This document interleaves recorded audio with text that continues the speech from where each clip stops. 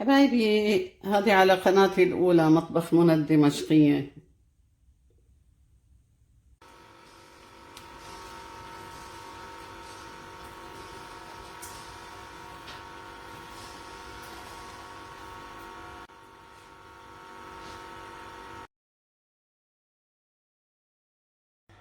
حبايب قلبي، اشتركوا بقناة مطبخ منى الدمشقية. هذا بدي أعمله اليوم خضرة مشكلة سوتيه، مطبخ منى الدمشقية. وهذا بكرة راح أعمله مقلوبة على قناتي الثانية اللي هي منوعات مختلفة. مقلوبة بتنجان، وطبعا باللحمة، وبصلات، بطاطا، كوسة، باذنجان، بطاطا، كوسة، وهي بصلات صغار، وفليفلة حلوة وفليفلة حرة منظفتها من الداخل، وهي حبات توم، وهي بندورة غسلتها بدي أقشرها. هاي حطيت زيت نظيف، راح أقليها الخضراء. أنا حطيت خضرة المقلوبة والسوتيه مع بعض، راح اقليهم وبعدين بشيل المقلوبة حصتها وللسوتيه بشيل بفرزهم عن بعض. طيبي هي الفليفلة والبصل وشرايح الثوم.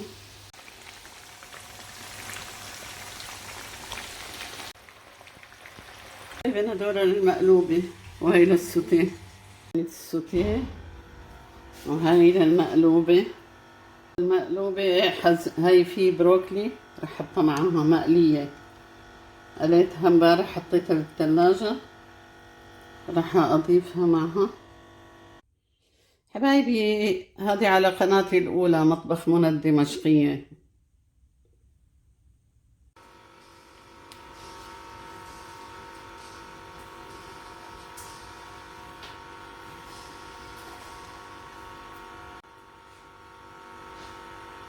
حبايبي، هذول قطع دجاج سلقتهم شوي مش كتير، بدي شيل منهم العظم وبدي شوحهم. أهم شي سلقتهم عشان يروح منهم الدم والقذارة، طبعا بعد ما غسلتهم. حبايب قلبي، أنا عندي تشويحتين. تشويحة للدجاج، حطيت شوية زيت زيتون، يا زيت أي زيت بدكم إياه بتحطوه. عندي بصل مبروك جاهز، بس تعبوا حالكم جاهز.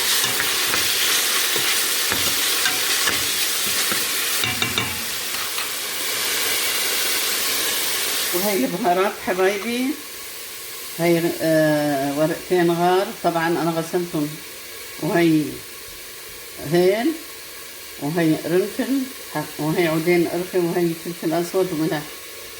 وبالنسبة للدجاج طبعا شلت الأعظام منهم، هلا راح شوحن على البصل مع البهارات.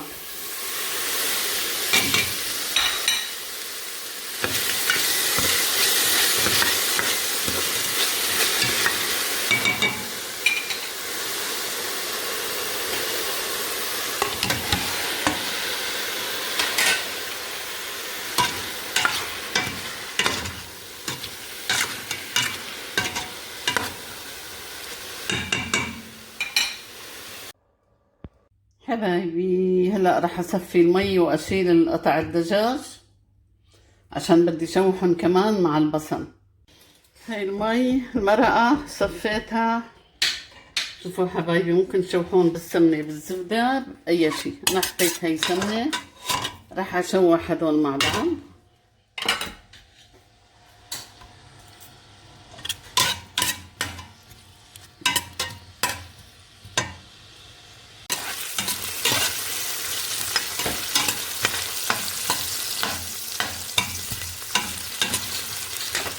رائدي لأني المرقة مبهرة اللي راح أطبخ فيها ومملحة، فأنا حطيت هون شوية رشات، يعني رشة ملح، رشة قرفة، رشة كمون، رشة فلفل أسود، والبهارات حسب الرغبة.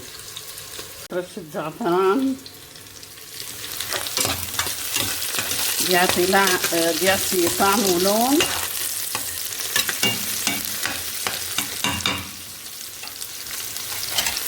بسم الله.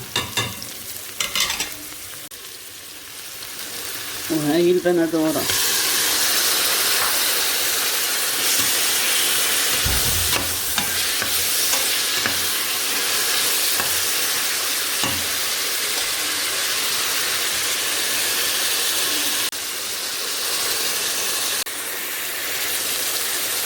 وهلا راح احط قطع الدجاج يتشوحوا معهم، بعدين انزل عليهم المرقة. بسم الله الرحمن الرحيم. وهاي المرقة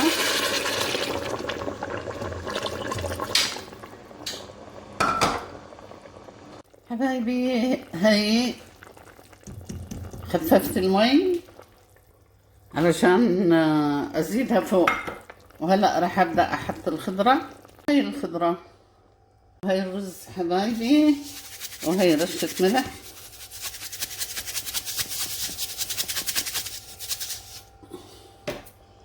وهي باقي المي.